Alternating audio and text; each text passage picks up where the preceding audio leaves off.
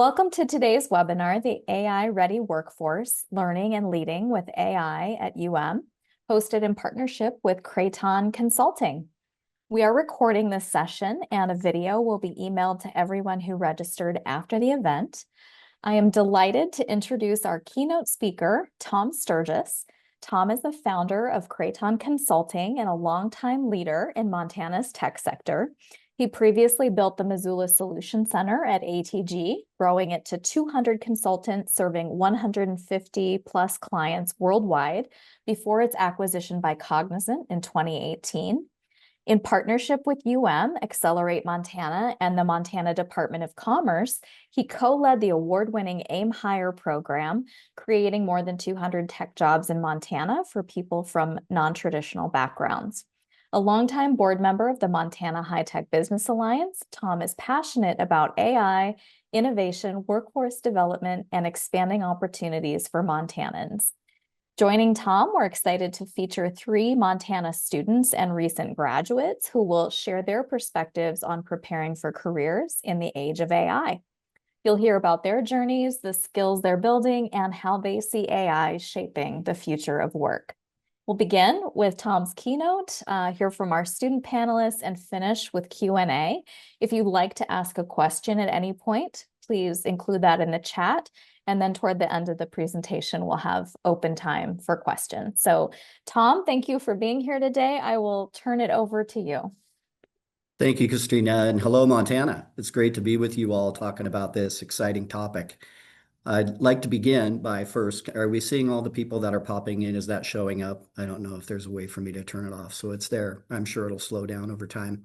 But first, I want to thank our hosts, the Montana High Tech Business Alliance and the Montana Jobs Network. I'm passionately a part of both of those organizations, which have a shared mission of really improving economy across Montana, kind of starting with technology, but not just about technology. So AI and the future of AI in the workforce and the missions of the High Tech Alliance and the Jobs Network are really center of the bullseye for us.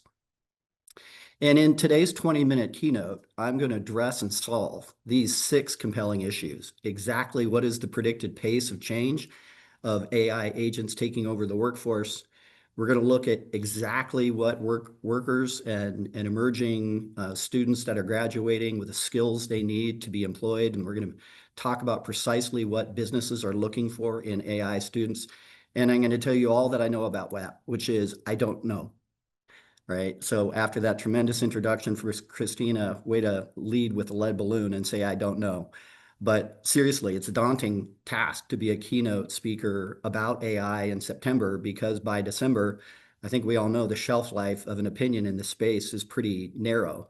And so rather than talk about these specific issues, I do have a lot of learnings that I've had over the last couple of years of working with clients, talking to a lot of businesses, talking to a lot of students, and working with the university on the Future Initiative, which we're going to be talking about here a little bit. So we really have, I think, developed some good frameworks for us to understand how we should be thinking about AI. So let's go ahead, and the first thing I want to introduce is the concept of AI as a tool. And I personally have lived through a lot of tools, right? The calculator, the moving to a word processor, to incredible capabilities on the internet, and the advent of Google and all the ways that we could do research, and Wikipedia. But the interesting thing is those were all kind of one new tool, right? And I think a lot of people are thinking about AI as, how do I learn it? And can you get me up to speed on AI in a 2-hour tutorial? And rather, I'd like to define AI as a set of tools that are evolving at a historic pace, and that pace will only get faster and faster, right? And so some of my colleagues say the pace of change is ever increasing. And so let's talk about a few things that I hope endure past a shelf life as early as December. So the first piece is just that point, right? I love Ace Hardware, because I can walk into Ace Hardware, it's digestible, it's not Home Depot, and there's somebody there that can tell me, I've got a job to do, can you point me to an aisle? And then maybe if I'm still confused, they point me to a specific tool and say, this is the right one for you for the job you just told me that you needed to do. So I'd like you to think about AI as a digital Ace Hardware, and there's aisles. right? And there's shelves and there's all kinds of options. And there's a cheap option, a middle priced option, and a really expensive option. There's something that's for home use and there's something that's for industrial use. But in this Ace Hardware, those of you who are Harry Potter fans, I want you to picture Hogwarts and the changing staircase and the evolving rooms, and there's different things in each of those rooms. And I think it's helpful when I'm working with people of understanding AI that it is many, many, many different kinds of tools and it's constantly changing. So we really have to understand a cadence of being able to study and learn new tools and the application of those tools. And like any tool, there's the right tool for the job or the wrong tool for the job. And if you have the right tool for the job but you don't know how to use that tool, then it's not really going to be very effective, is it? Right. And so these are things that we know, right? And so let's anchor ourselves to things that we're confident in while we look to a future where there's so much change, it's hard to be confident as we approach it. Continuing the analogy, powerful tools can be used for good, or they can be used for deceit, disruption, and fraud, right? And there are a lot of people in my network that really are avoiding AI, and I fear that they're going to be susceptible to some of the deceit, disruption, and fraud if they don't keep pace. A few other things that I've observed is, like programming a VCR, boy, that's dated. Being able to update a mobile device. Very often the students are ahead of the teachers, the children are ahead of the parents, and the entry-level employee are ahead of the executives. And while that can be fresh and exciting, that there's a constant refresh of new ideas that are coming in, I say it's untenable as a society if we don't figure out how to, from a kindergartner to a retiree, everybody has a role to play in the evolution of this important technology. I presented to a group in Missoula called the Rough Club, very recently, most of whom are retired, but they were the pillars of society for Missoula for a long time. And I said, folks, you're not done. We need you to understand AI better because it's systemic. It's going to all of the people that you interact with, the companies that you interact with, the companies you invest in, the community that you live in, the university that you support. We need your help and your understanding. We need your enthusiasm and we need your pessimism, right? We need all of those things. And we need all of the people who've built our society in the past, who are building it today, and who are going to be building it in the future to weigh in and know what we're talking about.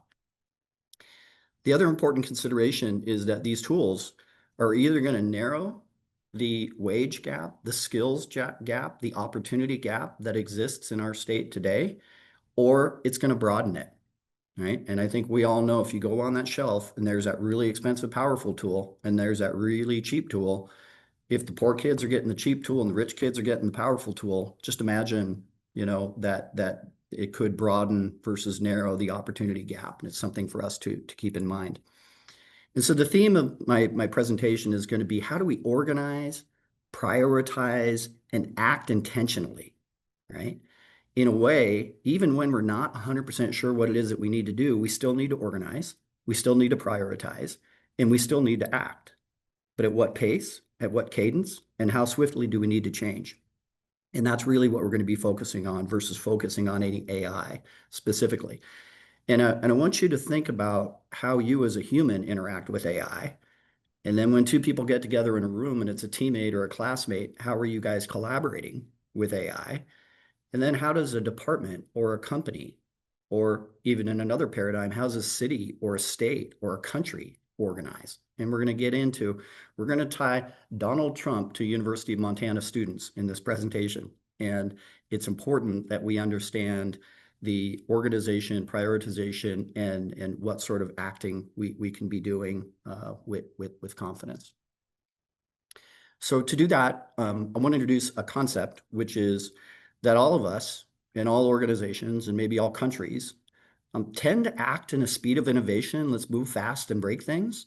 Or we move at the speed of trust. Let's be careful. Let's be cautious and measured. And if there's a new tool, let's make sure we have the manual.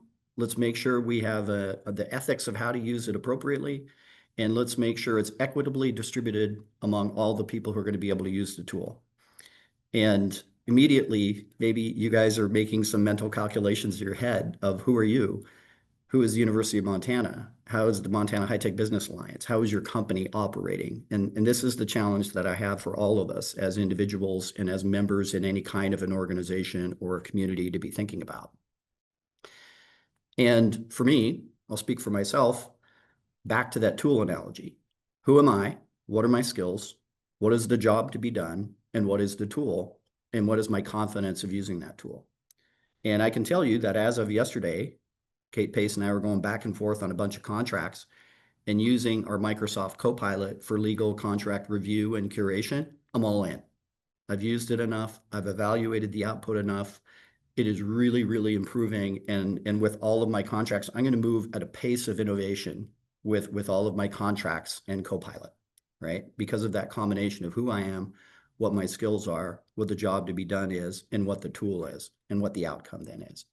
Conversely, I had a sore back last month, and I went to the doctor and I had an L5, L6 annular tear. And I was like, let me play with ChatGPT and see if it can give me some advice on what to do. It didn't know the difference between a disc and a vertebrae. And it was absurdly wrong to the point, like, I can't believe this, right? And I think those of us who are regular users of AI daily were impressed and then disgusted with the inconsistency of output that we see. But I'm starting to train myself when I think about AI. What am I trying to do with it? What is the tool? What's the proficiency of that tool? And then I move forward with confidence, or I move forward with wary optimism. And that's the micro level. Now let's move to a macro level. And how is the country thinking about AI? And I didn't even know it, but President Biden issued an executive order, and you can see the words safe, secure, and trustworthy development and use of artificial intelligence. I read through the whole thing, and it said we have to make advances, but we have to be safe, secure, and trustworthy. I'd give it on a scale of 1 to 100. I'd give it probably, it was a 40, right? Conversely, there have been 6 executive orders starting in January, and most recently 3 new executive orders in August from the Trump administration, clearly moving to the speed of innovation. I encourage you all to listen to the press release when they launched an AI initiative just a couple of weeks ago. And it's 37 minutes of, whoa, this is a brand new world. Because we were talking about politics, we were talking about science, we were talking about technology, we were talking about jobs, we were talking about education. And yet no one knew how to pronounce NVIDIA.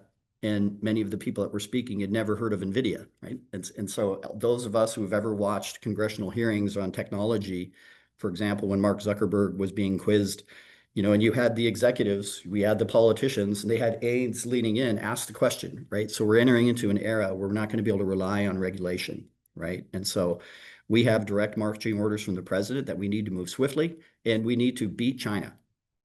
I don't think it's a zero-sum game. I rather believe that we need to work together as citizens of the world to figure this out. But I'm a realist, right? And currently it's like, how do we move at the speed of innovation so we can stay ahead of the competition? And there are many companies that are believing that. There are many companies that say, no, we're going to move along at the speed of trust. It's how we roll. And there will be countries and ecosystems that are moving at each of these different paces. So how do we organize? What do we do in this type of an environment? How do we act as a human? How do we act as a state? What is the role of the Montana High Tech Business Alliance? What is the role of the University of Montana? If we have these 6 executive orders, they've been received by the state. And Governor Gianforte, and you can see over there, a group of Keith Gilbertson, the CIO, Sarah Swanson, who's the head of the Department of Labor and Industry, they're co-leading with the SWIB board, the Montana 406 initiative, which we'll talk about in a second. So message received, and I've been listening to governors from around the country, how we're reacting to these executive orders. And what they're all doing is they're going and turning to universities as one of the major sources of truth. They're turning to private industry. And as you can see here, there's all kinds of faces and names. And what's the common denominator? They all have a strong opinion of AI. I think if we actually talk to them all, they'd say, I don't know. I don't have it all figured out. I don't think anybody, Sam Altman and Elon Musk, don't have it all figured out, right? So we have to enter into this humbly, but with an aggressiveness and an intrepid nature to be able to learn be humble enough to share ideas with each other transparently of what we're finding is working and not working, and act and organize, prioritize, and act with intentionality. And so I want to introduce what the University of Montana has been doing, and it feels to me like it's purpose built for this moment. In Christina's introduction, she said that I've been working with the University of Montana in the School of Business and Accelerate Montana and the Department of Labor and Industry and the Department of Commerce and the Governor's Office to build upwards of 600 or 700 jobs over a 10-year period of time. We know how to do this. We sat in this very room. We're in the Missoula College at Dean Gallagher's conference room. We sat in this very room with Kelly Webster and President Bodner, and we created the AIM Hire program. It was maybe December, and we launched the program on February 1st, 2.5 months later. Universities don't usually work at that speed, but public, private, state collaboration has been going on, led by the University of Montana for over a decade, and I'm sure with Montana State as well and other higher education institutions. But I've had firsthand visibility to the power of collaboration here, and all of that is going to come in handy. And what is the university after all? Right? Isn't this place where you can go and learn and share ideas? And it might be about law, or it might be about education or business or journalism or forestry and conservation, healthcare, various arts and sciences initiatives. I know I'm missing a few, but just imagine if a school had a personality, if one of these schools had a speed of trust or a speed of innovation. Which one's moving fastest? Which one's moving slowest? And then if we realize that that school is really a bunch of administrators, professors, and students, and they all individually are moving at different paces. Do you think it's going to make sense for us to go force feed an idea and say, here's how we're going to think about AI as a university? That's a disaster. What is wonderful is that we create a mechanism to hear all these different viewpoints and understand that it's going to play out differently, industry by industry, college by college, person by person. And the more that we can organize around that idea, the better. So this is the university, and Seth has created the Future Project under the Office of the President. And I'm going to show you a little bit about what that group is doing. Some of this is real, some of this is aspirational, but it's all about organizing with intentionality so we can act. The first over here in the upper right is the response. You see the executive orders that came in January. The Future Project was created in December and announced in January, right around the same time. And new executive orders from the state level coming in August, and the Jobs Act, the 406 Act that many of you are probably familiar with. We're poised and ready. And part of that working group is the CIO from University of Montana, Zach Rossmiller, who was just walking by, and the CIO, Kevin Gilbertson from the state, right? And we're poised and ready to take these trusted relationships that have been nurtured through the years, and now we need to move with those three pieces, right? Of organize and prioritize and understand how to act with intention. But that's not all, right? Accelerate Montana has a voice with all of the local businesses around the state of Montana. Montana High Tech Business Alliance and the Montana Jobs Network and several other organizations are reaching out to local businesses to say, here's how you can use AI, right? Mike Braun, who many of you know, has been working with a local glass company in Great Falls about how to transform sales and marketing operations using AI. It's incredible that a university has a capacity to reach out to Montana businesses, large and small, and help understand this, and how Mike Braun and the team at Accelerate Montana can work and interact with potential hires of students or alumni in an efficient manner.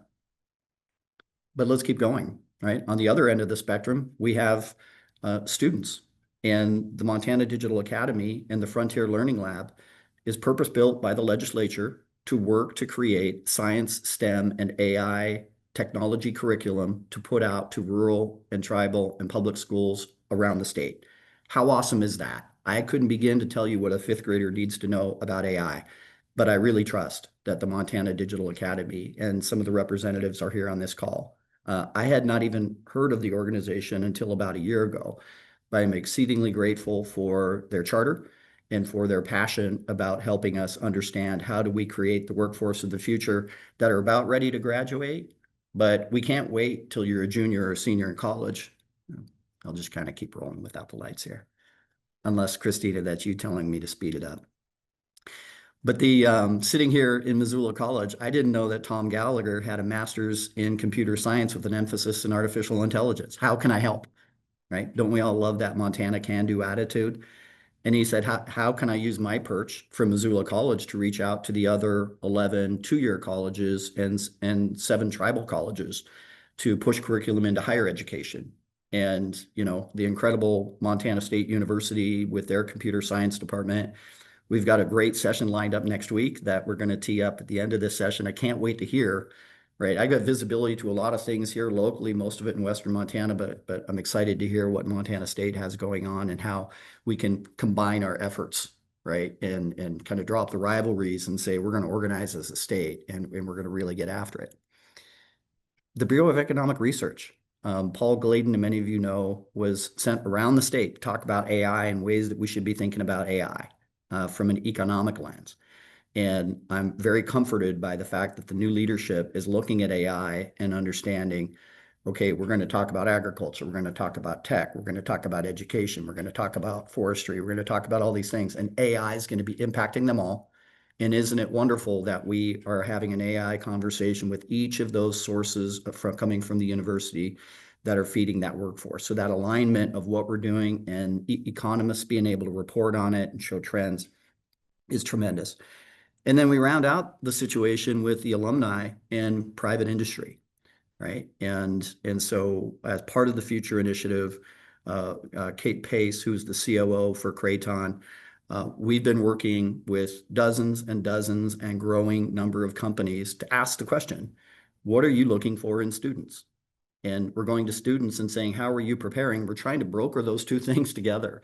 And there's nothing more important for the Montana Jobs Network, which is really focused on that age group of emerging professionals and people that are looking to transition.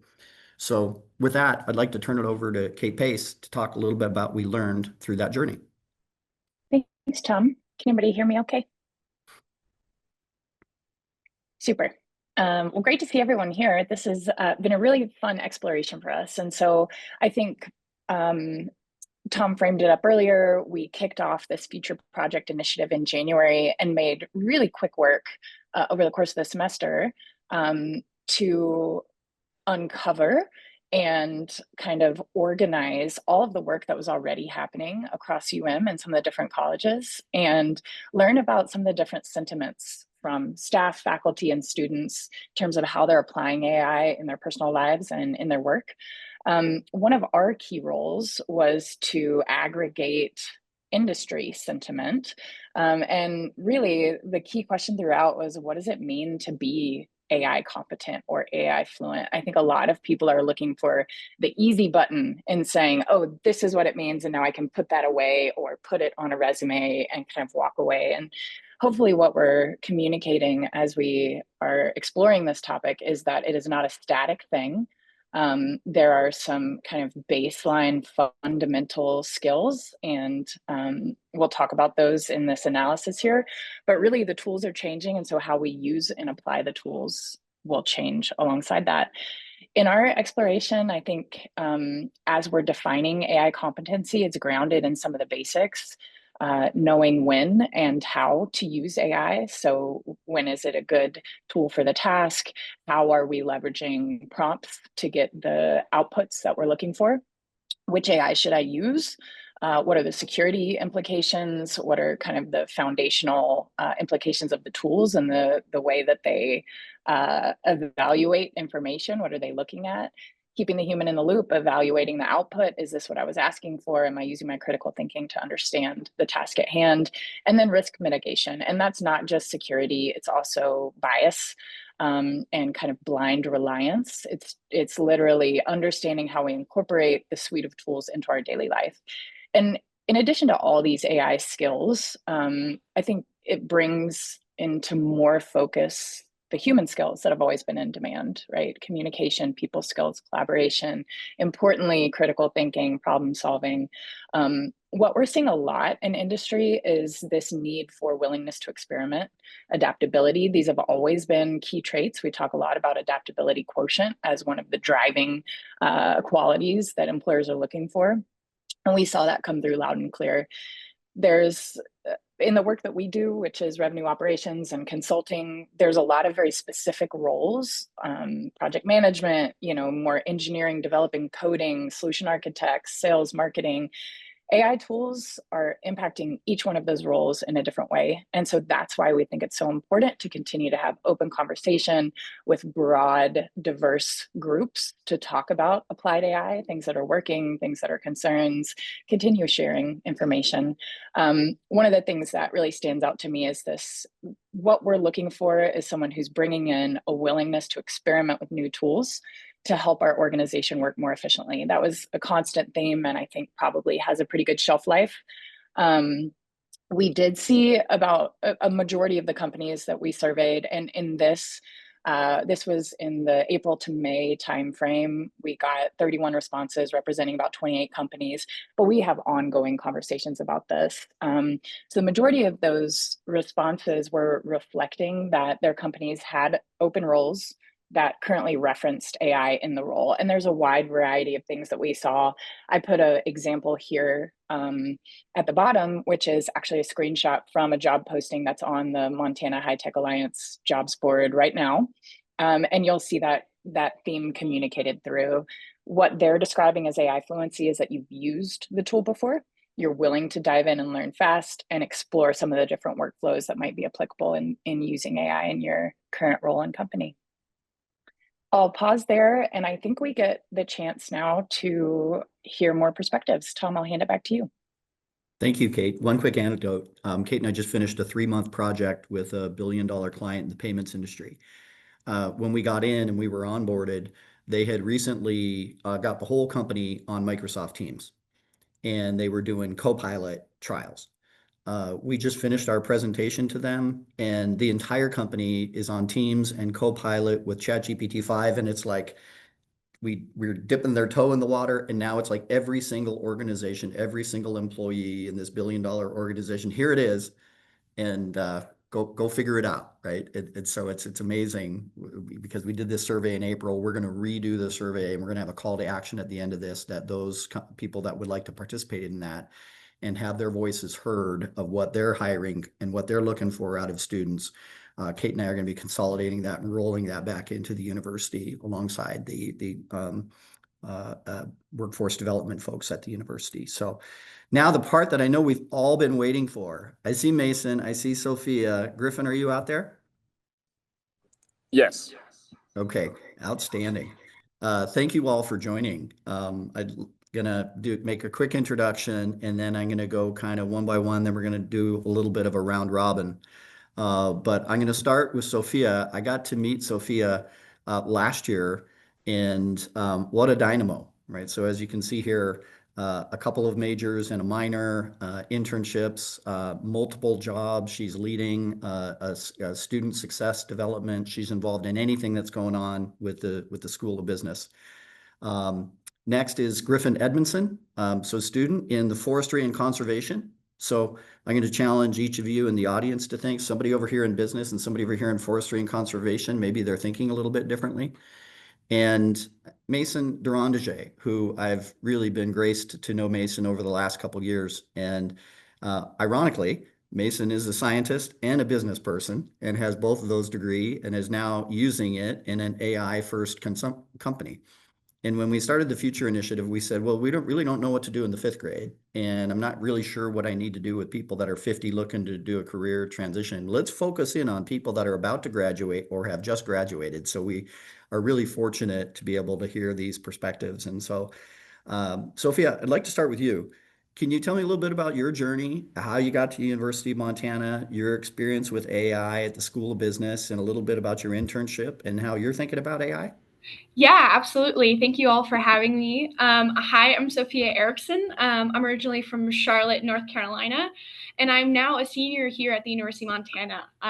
As Tom mentioned, I'm majoring in management information systems and international business, but I'm also getting certificates in big data, sustainable business practices, logistics and supply chain management, and of course, a minor in German. I worked my all 4 years in the College of Business, whether it be as a Zoom technician, a lead student advisor, or even in the Dean Suite. So I've really been all over the place in this College of Business. This summer, I had an internship with Deloitte in their risk and financial advisory practice, which is also now called Audit and Assurance, back in Charlotte, North Carolina. Throughout my 8 weeks, I was able to work on 2 clients and 2 very differently sized clients, which was a very valuable experience. I also got a chance to travel quite a bit with Deloitte, and so I found that to be really helpful. So regarding AI, Deloitte uses a proprietary AI that they created called Sidekick. And Sidekick is great because it's embedded throughout all of their platforms. So I was easily able to enter client information and use it as a thought partner, problem solving, brainstorming, without being worried about security risk. Secondly, as any new employee or intern coming in, how do I submit my time? What are my client codes? How does this work? How do I find this person's email? Because it was embedded throughout all of the platforms, it was able to kind of be my partner in crime in helping me figure out how to do anything regarding entering time, things like that. So that was really helpful. And I found that I had to bother a lot less people to ask those questions with, which I know they would be more than happy to answer otherwise. But then we were each able to, spend more time doing more valuable work. So I found that really helpful. And as a perspective of someone who is entering the workforce soon in May, I've also found AI to be really helpful in new adulting things, such as filing taxes in 2 states. Who would have thought? And so AI is really helpful in being able to help me break that down. What's a W-4? What's a W-2? Where do I enter this information? How do I consolidate all of these forms? So I found that really interesting. Regarding the College of Business, I have found the College of Business to be really open in discussion of AI, and the professors being really willing to embrace it in their classrooms, whether it be in my cross-cultural management class, where we're discussing how AI is expanding accessibility to language learning, or in my strategic management class, my capstone, we're discussing how can we leverage AI to be the best entry-level employee coming out into this workforce we can possibly be. Specifically in the strategic management class, we were prompted by the professor to discuss the pros and cons with our fellow classmates of AI, which I think is really important. Something that Kate and Tom have definitely highlighted is that we just need to be open and willing to discuss how and when are we able to use AI in the best forms? What are the best ways to use it? But where also, as Tom says, medical advice maybe is not the best idea. And so how can we use it in the best way possible? And it is really great to see the college embrace this technology that can at first be a little bit intimidating, as we all can see. And I think the university is doing a great job of preparing students and being willing to have conversations about AI. And it's really been great. And I look forward to starting a professional career here in Missoula when I graduate in May of 2026. So thank you. Thank you, Sophia. I think you're going to have a few people that are vying for your time and attention. So I appreciate you sharing that. And if I could put you on the spot, it's an unfair question, but I bet myself as overall with AI, I'm kind of at an 80 on that speed of innovation, ebbs and flows based on the day. But how would you characterize your level of innovation versus trust? Yeah, I think my level of innovation is relatively high just because of my technical experience and my understanding of how AI can be helpful in language learning or coding.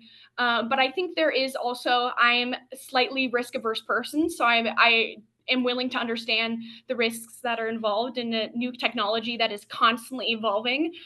So yeah, I put myself at about an 80, 85, depending on the day. Thank you. Yeah. Griffin, forestry and conservation with a minor in business, right? Those are a couple sometimes competing perspectives. I'd love if you could, same question, what's your journey? What's been your experience? Kind of a little bit of a focus too on how have you seen it evolve of how the college is thinking about AI and if it's evolved. So of course, yeah. So thank you again very much for allowing me to speak on here. My name is Griffin Edmondson. I'm also from North Carolina, and I'm a senior here at UM. I'm studying environmental science, and I have a minor in business. growing up in North Carolina, I found myself, surrounded by mountains. I grew up near the western part of the state, and that's kind of how I found my love for mountains translated directly to out here. So over the summer, I interned with the MPG Ranch in the Forest Service and the Rocky Mountain Research Center in Missoula and in the Bitterroot Valley. It was a joint project where we conducted field research for a long-term grassland restoration project. And when thinking of my specific experience, we didn't use AI, but it could have been helpful in organizing and analyzing cover data from the field. We were out in the field all day and we collected thousands and thousands of bits of data. And then we would go back to the lab and manually print it or manually put it into Excel. And I think the AI could be very useful in sorting and collecting that data on Excel, and it could let the researchers, it allowed more researchers to spend more time with their actual interests instead of just sorting manually data for hours. And in my major of environmental science, I've seen AI become more practical. For example, I've seen AI be used to process thousands of images from trail cameras at a time. Instead of a student like me sitting and analyzing these photos for hours on end, AI can be trained very quickly to identify certain animals and flag invasive species. And this kind of streamlining would save hours for researchers and allow them to focus more on interpreting the results rather than managing the data.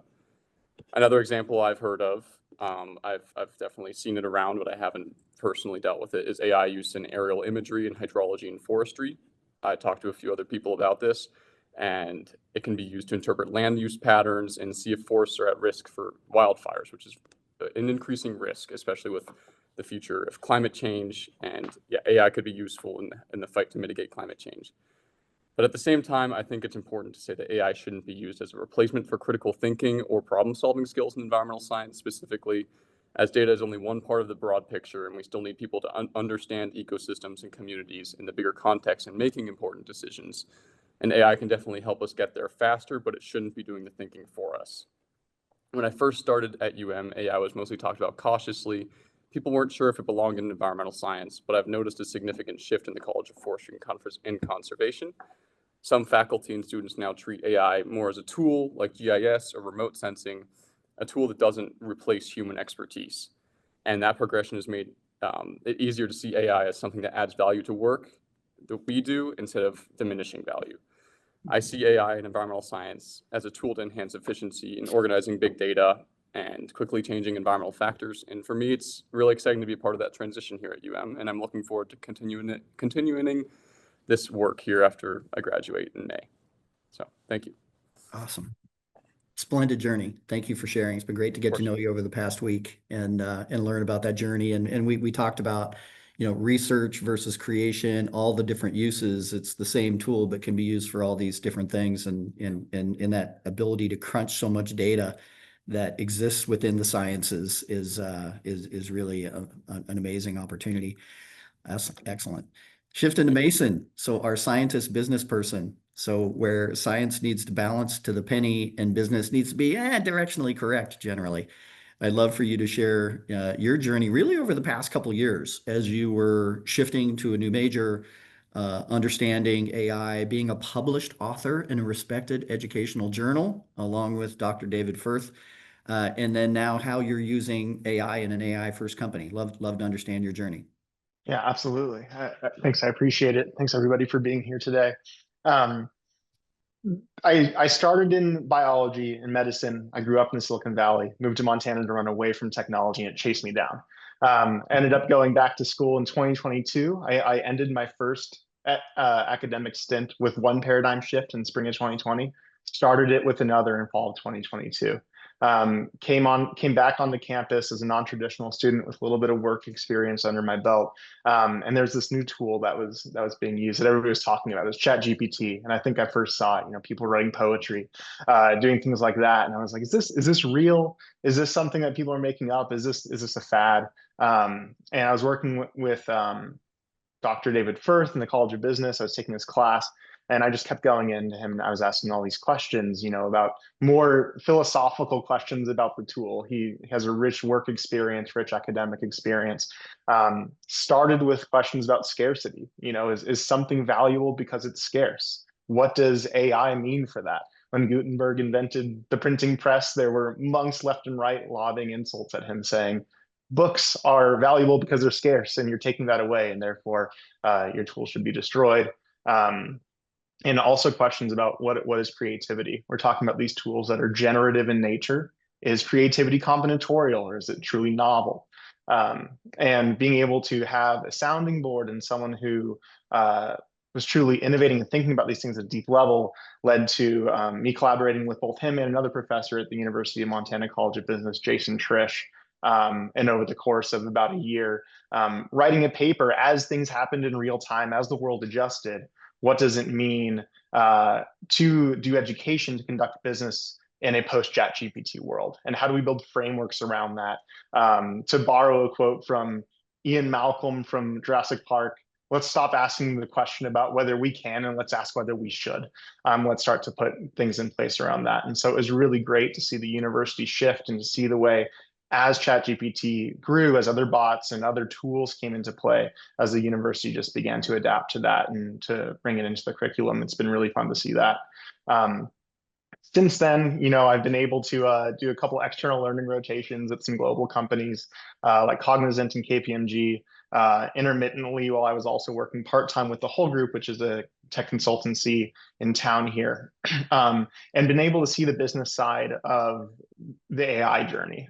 So shifting from research into how this is being used, the move fast and break things type of tech mentality. What does it look like to be in a small business that's really nimble, to be trying new things and to be really on the bleeding edge?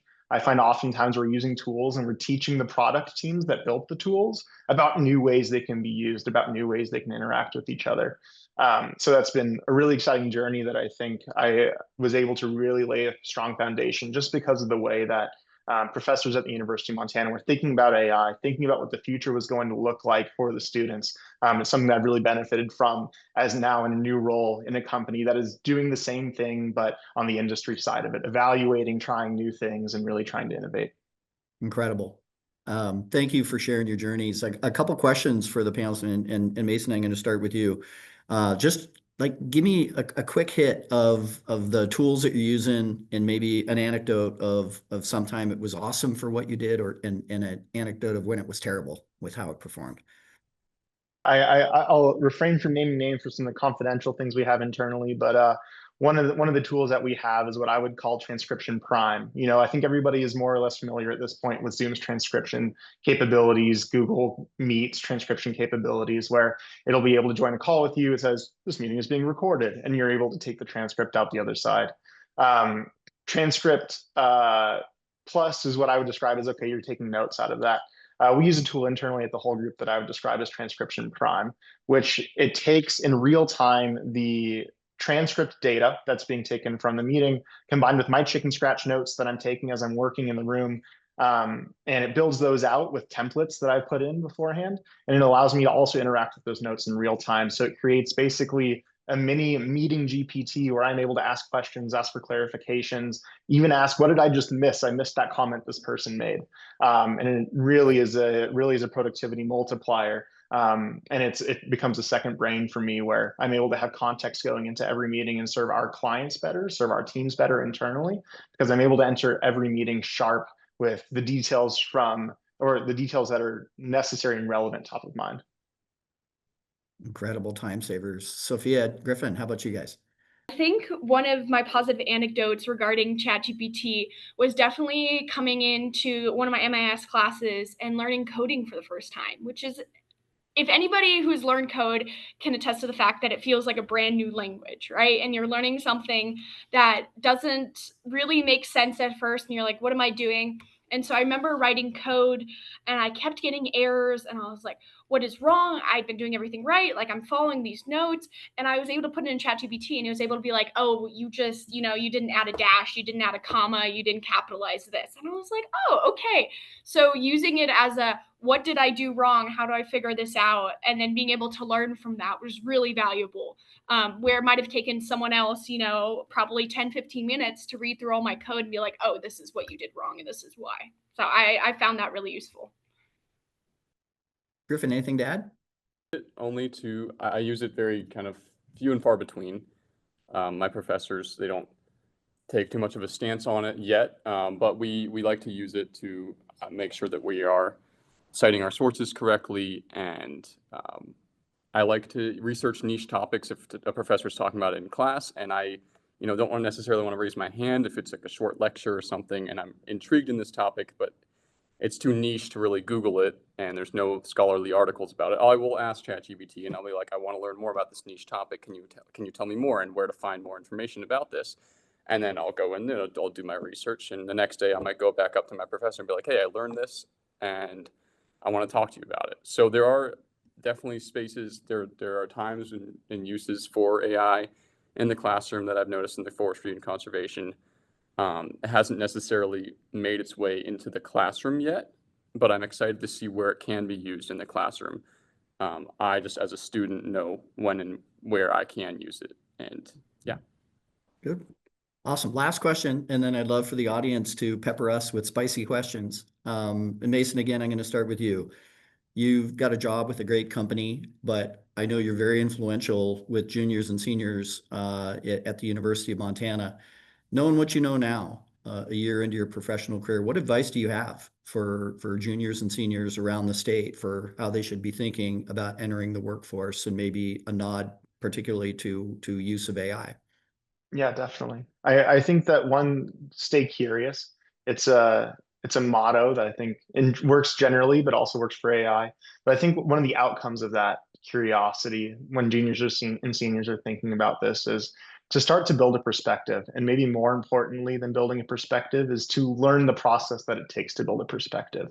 There's so many tools out there now, and things are moving at light speed. The most important skill that you can develop while you're in school is what it takes to evaluate those tools. Because more than likely, you're going to enter the workforce and you're going to encounter things you haven't heard of before, things you don't know how to use. You don't know the safety implications, the privacy implications. So being able to have a framework where you can put that through and evaluate how to develop a perspective on how you can use AI as a co-pilot, I think is really critical and will set people up for success.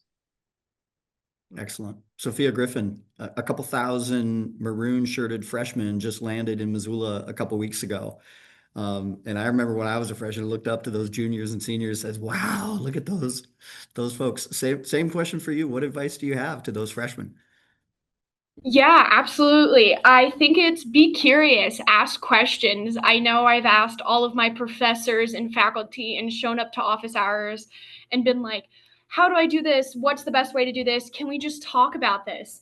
So I think being curious is a great way to embrace the college experience. And I think that translates well to AI. Don't let it be intimidating. Be willing to have discussions with people who maybe disagree with you on the topic and find out what their perspectives are and why that is. I just wanted to say, like, if there's anyone out there, that you just start small and only use AI at first to organize notes or summarize articles. Talk to your professors about it and how they would like you to use it, and treat it like any other field tool.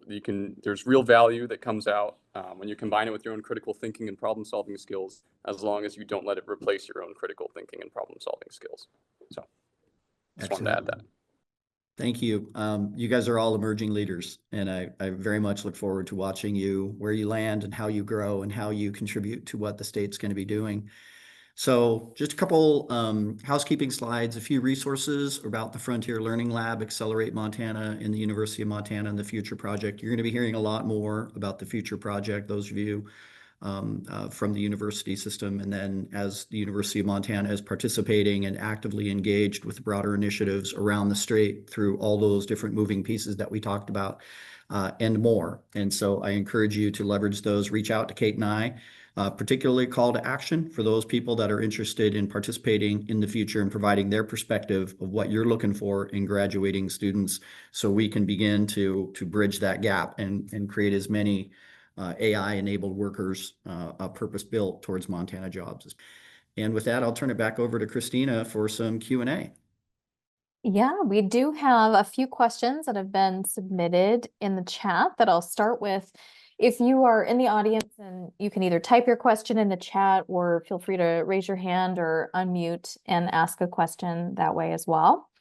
So the first question or topic is related to the environmental impact and risk in energy demands of data centers that come with expanded use of AI. So the University of Montana and Montana broadly tends to attract a pool of students who are really interested in the environmental issues and have an appreciation for the outdoors.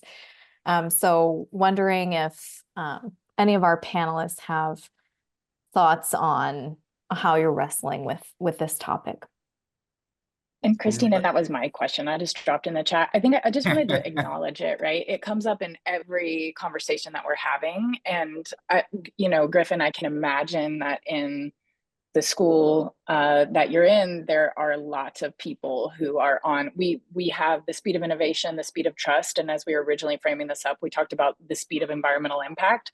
First of all, I want to acknowledge like so much of our understanding of environmental impact has to be comprehensive, ongoing. There's a lot of hyperbole, I think. And so I want to start in grounded, like what do we know the impact is and things like that. So this is not necessarily a question that anyone needs to answer, but I felt that it was important to acknowledge that that is a concern of many. I think it's a legitimate concern. And as we are exploring the use of this tool, something that we need to be aware of. I'll pause, and if anybody wants to react, feel free, but we don't need to spend too much time there. Yeah. Okay. Go ahead, Mason. I was just going to say that feels like a whole nother webinar. Yeah. Yeah, I completely agree. The environmental impact of AI is, especially the demands of the data centers, it's something that we can't really overlook. And it's a big issue. So we need to look at it from a bunch of different lenses looking into the future. And a shameless plug, just a little bit. Again, it said I wasn't going to talk about details of AI, but today we're entering AI into prompts, into tools and engines, and that is consuming power. And in the future, we're going to authorize agents to act on our behalf, 1,000 agents to a person working 24/7 with unlimited prompts, right? And so this is why NVIDIA and energy stocks are going through the roof, is can't wait for agentic AI to come and drain lakes and oceans, right? This is why we have to talk. And for simplicity's sake, we took it to the speed of trust and innovation. But I've talked to very sincere people who say until we figure out the environmental impact, we should slow our roll a little bit. And they're not wrong. Mm-hmm. Next is a great question from Sean Klaus. Sean, I see you're on the call. Do you want to go ahead and ask it out loud? Sure. I was involved in a AI discussion with all the deans yesterday, and one of the things that came up, especially with scientific inquiry, we learn so much by observing and just getting totally engaged into it. And if you look at Jane Goodall and what she learned by the hours and days and years of observing and working with monkeys is phenomenal. And she spoke here on campus a year or so ago.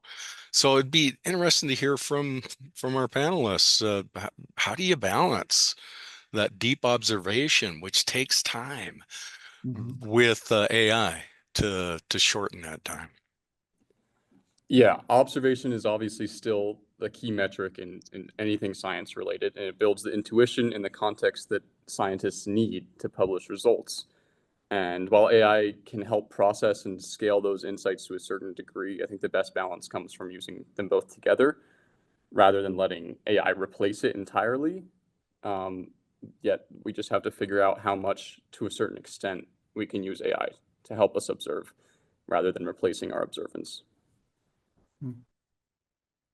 Yeah, I was thinking about a similar question in the lead up to this webinar, and I'm not going to claim to be exceedingly close to the scientific establishment at this point.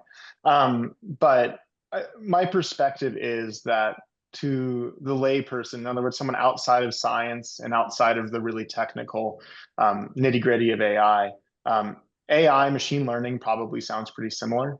And I think that machine learning has been utilized by researchers across scientific fields for a long time. You see that in genomics, where you see you're able to predict and to make pattern recognitions that you weren't able to see before, just by the virtue of the amount of data that you're able to process, the fact that you're able to teach the machine to do it for you, and we're able to gain a greater understanding of the genome through processes like that. And so I think that even though AI is a little bit, or can be a little bit of a bad word in scientific communities, I think that it's already being utilized in a way or a similar way that we're talking about it now, which is the ability to make connections and to uncover things just when you think about a sheer volume of data that you might have missed as an individual. And what we're then able to do is to synthesize those new patterns into breakthroughs. And that's my perspective on it, is that science sometimes is a little bit scared of AI because of exactly what you're describing. There's a risk that you lose the depth of understanding when you start to lose those observations. But I think the flip side to that is we've seen increased funding flowing into some of those machine learning initiatives that really accelerated some of those scientific breakthroughs. And really, when we talk about AI, it's something that's been deeply embedded in scientific establishment for a long time, and that's accelerating. Austin, sorry, was there one I was more? going to say powerful question, Sean. And the tangential to that is struggle, the value of struggle. You know, I think a lot of us that have been a number of years in your career have kind of a pride of honor that I really struggled, and I determined a work ethic by really struggling and getting through it. If I were given the answer easy, what would I have learned other than the answer? But sometimes there's goodness in the journey too. I think we maybe have time for one final question. This is from Austin Walker. Gen Z and younger aged millennials are feeling displaced or that their job prospects are limited. Has the learning and implementation of AI in your roles helped you feel confident moving forward? Has the University of Montana and AI actually made you feel confident in your future job prospects? Yeah, I think I can speak to that a little bit. I do feel like the University of Montana, the College of Business specifically, has been really willing to embrace every change that is coming into the industry because of how connected they are to the industries. And having alumni come back and being like, well, what are you doing in your job? Okay, how can we change our curriculum to best prepare our students for this? And I think AI has been a big part of that discussion, and being willing to implement it in every major throughout the College of Business is really great. And being like, this is a new tool, how can we best prepare our students for it, has been a really good discussion. And being willing to discuss when the best times are to use AI, I think has been a great time to discuss that. And yeah, I think that the University of Montana, specifically the College of Business, is doing a great job. I'm not necessarily concerned about AI taking my job. I'm maybe concerned about it taking, not my job specifically, but maybe I can offload some of my duties onto them. Kind of like Griffin mentioned, spending more time doing high value work, whether it be in the field or the lab for him, or for me, whether it's meeting with clients and having direct conversations with people while data is being sorted by AI. So I feel like if we use it correctly, then I'm not concerned it's going to replace my job. I have a bit of a contrarian opinion here. I think it's the mid-level people, the knowledge workers that are content in what their knowledge is and their methods and their tools. I think it's daunting because the workforce is hard to break into right now, but I'm a bit more concerned about the people that are relaxed and secure in their knowledge and their methods and their tools and are not paying attention. Griffin, Mason, anything to add to that one? I want to acknowledge the reality. I think it is more than a feeling. Mark Benioff, the CEO of Salesforce, last week said that he laid off 4,000 workers because he replaced them Mason, with AI. are you talking? I can't hear you. We can hear him. Okay. So I think there is a reality there. And I think it's really key for students to learn how to work alongside AI, use it as an accelerator for them. Because there is a reality, I think, that we're going from a pyramid-shaped talent structure more to a diamond-shaped, where we're able to do more work with that entry-level talent. And so I think it's really critical for schools like the University of Montana to continue to be on the cutting edge and to equip their students to enter that sort of environment. Well, it's great to finish there because Mason is the reason why the Future Initiative started. Mason came back from his internship and was trying to get that company to recruit more. And they said, actually, we're shutting down recruiting simply because there was a 5% reduction in force and indefinite hold on entry-level hiring. And all of a sudden, a critical company that's a traditional hire in Montana was gone. And that reality is reality. And we knew we had to act and move very quickly before it got ahead of us. Christina, I think that's a wrap. Any closing business? Well, thank you so much to Tom, and our student speakers for sharing your insights. We will email a recording to all registrants, and for upcoming events, you can visit mthightech.org/events. On behalf of the Montana High Tech Business Alliance and the Montana Jobs Network, thank you for joining us today, and we hope to see you at future events.